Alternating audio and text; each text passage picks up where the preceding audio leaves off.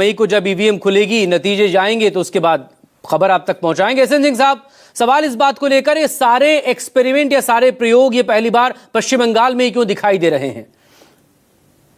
नहीं मकसूद जी, नकारात्मक सारी चीजें आप टीएमसी को दे दीजिए, वो कुछ भी कहे। 15 साल रहे, अब बताने के लिए कुछ था नहीं। अब तो चुनाव बीत गया है, कोई ऐसा तो है नहीं कि चुनाव चल रहा है जिसमें उस बात को लेके जिक्र करेंगे। सकारात्मक चर्चा हम करते हैं। हम धन्यवाद देते हैं पश्चिम बंगाल की जनता को, जिन्होंने लोकतंत्र की इस महापर्व में बढ़ चढ़कर हिस्सा लिया। पुनः हम धन्यवाद देते हैं पश्चिम बंगाल की जनता को, जो मोदी जी की नीतियों पर भरोसा करके और डबल इंजन की सरकार बनाने के संकल्प के साथ खड़े हुए। हम धन्यवाद देते हैं आप जैसे बहुत सारे चैनलों को, न्यूज 24 के माध्यम से, न्यूज 24 के रिपोर्टों को भी, जिन्होंने सच्चाई को दिखाने का कार्य किया कि वहां की जनता के अंदर बदलाव दिख रहा था, कि वहां की महिलाएं, वहां के पुरुष और वहां के युवा साथी ये चाहते थे कि एक विकास की बिहार और डबल इंजन की सरकार बने। पुनः हम जो है धन्यवाद देते हैं ऐसे लोगों को, ऐसे सुरक्षा कर्मियों को। बिल्कुल, आप धन्यवाद देते रहिए, लेकिन सवाल का जवाब भी दे दीजिए। बंगाल में पहली बार पीएसयू अधिकारियों को ऑब्जर्वर क्यों बनाया जा रहा है? ये तो जवाब आपसे बेहतर कौन जानेगा, आप तो वरिष्ठ पत्रकार हैं। मुझे लगता है पश्चिम बंगाल का चुनाव जो है वो सुप्रीम कोर्ट की निगरानी में हो रहा है, और दो संवैधानिक संस्थाएं अगर कोई निर्णय लेती हैं तो निर्णय सर्वमान्य होता है, उसको माना जाना चाहिए। और मैं कह रहा हूं कि अगर मैं वैध हूं तो किसी भी तरीके की जांच हो, इस चौराहे पे हो, अगले चौराहे पे हो, 5 जगह पे हो, 6 जगह पे हो, अगर मैं अवैध हूं तो मुझे डर है। वैध हूं तो डर किस बात की? डर इसलिए है कि वो वैध अवैध था। अवैध तरीके से जो कार्य होते थे उस कार्य को जब रोक दिया गया है तो निश्चित तौर पे ऐसे लोगों को पीड़ा हो रही है, तकलीफ हो रही है। इस नाते नहीं तो आप बताइए, अगर कोई संस्था जो भारत की रहने वाली है और वो संस्था अगर जाती है पश्चिम बंगाल में तो वहाँ के मुख्यमंत्री कहते हैं कि आप यहाँ कैसे दिखाई दे रहे हैं, मतलब क्या पश्चिम बंगाल की मुख्यमंत्री नहीं, सिर्फ वो पश्चिम बंगाल जा रहा है ना, इसलिए वहां सवाल हो रहा है। ये एक तरह से इस बात को लेकर भी सवाल है ना कि क्या राज्य की मशीनरी पर विश्वास नहीं है, या विश्वास का संकेत है वहां भी हजारों लाखों कर्मचारी हैं? नहीं, तो फिर केंद्र सरकार के अंडर में, अधीन में जो कर्मचारी है उस पर वो कैसे भरोसा करें? नहीं, आपने, मैं जो चाह रहा था आपने तो स्वतः खोल दिया कि अगर कोई केंद्र की एजेंसी जाती है और वहां की पुलिस स्वयं उसमें सहयोग नहीं करती है और वहां के डीजीपी भी आ जाते हैं, तो स्टेट बनाम सेंटर हो जाए, ये तो ट्रस्ट डेफिसिट हो रहा है यहाँ पर। दूसरी बात, आप तो सुन तो लीजिए साहब, आपने सवाल पूछा, आप जवाब देने ही नहीं देंगे।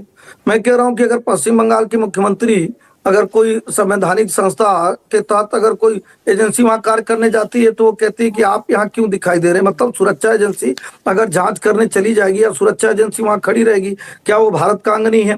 और तीसरी बात आपने पूछा कि और राज्यों में क्यों नहीं जा सकते, वहां क्यों जा रहे? इसलिए कि साहब, और राज्यों में चुनाव के बाद 1300 लोग पलायन नहीं करते हैं, और राज्यों में 65 लोगों की चुनाव के समय हत्याएं नहीं होती हैं। ये पश्चिम बंगाल में होता था। पश्चिम बंगाल में डराया धमकाया जाता था। पश्चिम बंगाल में कहा जाता था कि लोकतंत्र का अगर अनुपालन करते हुए हमारे विपरीत अगर आप किसी दूसरे को वोट करेंगे तो आपका गला काट दिया जाएगा, आपका घर जला दिया जाएगा, आपको पश्चिम बंगाल में रहने नहीं दिया जाएगा। इसी भय, भूख और भ्रष्टाचार को मिटाने के लिए तो वहां की जनता ने मन बनाया कि हमको भारतीय जनता पार्टी की सरकार ले आनी है। आप बताइए, गुजरात में, मध्य प्रदेश में, राजस्थान में, छत्तीसगढ़ में, उत्तर प्रदेश में, जहां कोई भी किसी दूसरी पार्टी को मत देता, उत्तर प्रदेश में बहुत सारे मत, वहां सालों से एक पार्टी की सरकार भी है ना, तो वहां पर भी केंद्र कितना हस्तक्षेप करे। और आज आपकी पार्टी की सरकार केंद्र में, कल को कोई और पार्टी केंद्र में बैठेगी और ऐसे ही वो राज्यों में फिर नियुक्तियां करवाए सबकी, तो फिर चलेगा सब, वो फेयर रहेगा? What about level playing field? दुनिया का सबसे बड़े लोकतंत्र में लेवल प्लेइंग फील्ड पर खुद संकट क्यों है? वो खुद सवालों के घेरे में क्यों है? आप ये मान रहे हैं कि सुप्रीम कोर्ट एक सर्वोच्च संस्था नहीं है? क्या आप मान रहे हैं कि सुप्रीम कोर्ट की निगरानी में जो चुनाव हो रहा है वो अच्छा नहीं है? क्या आप मान रहे हैं कि जो संवैधानिक संस्था सुप्रीम कोर्ट और संवैधानिक संस्था चुनाव आयोग है वो तो ऑब्जर्वर वाले मामले में तो आ जाएगा ना सुप्रीम कोर्ट का कुछ फैसला, देखते हैं क्या आता है। तो निर्णय को कौन मना करता है? लेकिन इस पे कैसे सवाल उठाया जा सकता है कि उसने जो निर्णय लिया वो गैर संवैधानिक था? एक संवैधानिक संस्था गैर संवैधानिक निर्णय ले नहीं सकती है। वो जो कुछ भी निर्णय लिए होगी वो उसकी आवश्यकता रही होगी। अगर आप किसी का घर जला देंगे, किसी को धमकाएंगे, किसी की हत्या करेंगे और कहेंगे पुलिस वालों को आप यहाँ क्यों दिखाई दे रहे हैं, और केंद्र की अगर कोई एजेंसी चली जाती है जांच के लिए तो वहाँ की पुलिस ममता बनर्जी के साथ खड़ी हो जाती है, तो ये सर्वविदित। एक छोटा सा रिएक्शन है एहतेशाम मुल्क साहब आपका, बाकी केस के पास जाऊंगा फिर। के लिए पारदर्शिता से चुनाव कराने के लिए ऐसी चीजों को किया गया है। इतना ही तो न्यूज 24 के माध्यम से न्यूज 24 के दर्शकों को पता होना चाहिए। इसके पहले भी कहा जाता था कि राष्ट्रपति वो करके वहां पे चुनाव कराया जाना चाहिए। फिर भी नहीं, केंद्र की सरकार ने कहा कि नहीं, हम जनता पर छोड़ते हैं और पारदर्शी जनता, ईमानदार जनता, जवाबदेह जनता, राष्ट्रवादी जनता पश्चिम बंगाल की है जो चुनने जा रही है आगे लेकिन बढ़ने सर की जिस तरह सरकार। के क्योंकि पर्यवेक्षक वहां पर भेजे गए हैं उनके भी जो वीडियो आए हैं उसको लेकर भी तो फिर सवाल है ना भाई, कैमरे से तो कोई मैं बच कहता नहीं हूं, पाता है और इसी के आसपास मैं फिर कहता पूरे हूं, ये तौर पर चुनाव घूमता रहता है। सवाल सैकड़ों उठे, हाँ, बहुत सारे सैकड़ों सवाल है, उठेंगे, वही तो जवाब कह रहे हैं, देने के वक्त लिए हमारे पास चुनाव कम पड़ जवाब जाता है, देने के सवाल लिए बहुत सुप्रीम सारे हैं। कोर्ट और सवाल तो जवाब उस देने वक्त के भी लिए हुआ था संवैधानिक जब संस्थाएं कैसे जिम्मेदार। मुख्य चुनाव आयुक्त की नियुक्ति को लेकर सरकार संशोधन लेकर आ गई थी और कैसे उन्हें तमाम बाद में अगर वो रिटायरमेंट पर हो भी जाते हैं तो बाद में कैसे वो जांच के दायरे से बाहर हो जाएंगे। तब सवाल तो 2023 से ही पूछे जा रहे हैं उस वक्त से ना।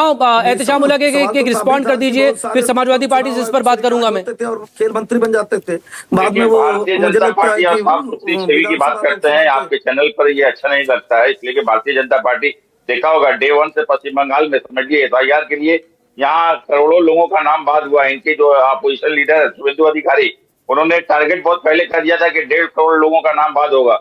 जब एफआईआर का माध्यम स्टार्ट हुआ तो 58 लाख लोगों का नाम बाद हुआ था। लेकिन फिर क्या किया, लॉजिकल डिस्क्रिपेंसी में 62 लाख लोगों का मकसूद भाई इन्होंने नाम फिर डाल दिया गया, जो जाकर करके हमारी नेत्री ममता बनर्जी जब सुप्रीम कोर्ट पहुंचने के बाद सुप्रीम कोर्ट का हस्तक्षेप के बाद में कहीं जाकर करके फिर 32 लाख लोगों का नाम आया है। लेकिन अभी भी समझ लिया 28 लाख लोग इस बार वंचित रह गए। ये भारतीय जनता पार्टी ही के इशारे पर समझ लिए चुनाव आयोग काम किए हैं, जो 28 लाख लोग वोट नहीं दे पाए। लेकिन जो भी हमारे पास में अभी रेस्ट वोटर है, मैं स्पष्ट रूप से कहना चाहता हूं, पश्चिम बंगाल की स्मिता के लिए, पश्चिम बंगाल की हर चीज के लिए दांव पर लगाने के लिए समझिए पश्चिम बंगाल के जो भी मतदाता है, भारतीय जनता पार्टी जैसा पार्टी सरकार को कभी भी अपना मत नहीं दिए। 4 तारीख का जो दिन होगा मकसूद भाई, देखिएगा चौथी बार हम लोग चौका मारने जा रहे हैं और 230 सीट प्लस लेके आएंगे। अब भारतीय जनता पार्टी 50 सीट भी पार नहीं कर पाएगी, स्पष्ट रूप से कहना चाहता हूं मकसूद भाई। ठीक है, देखते हैं।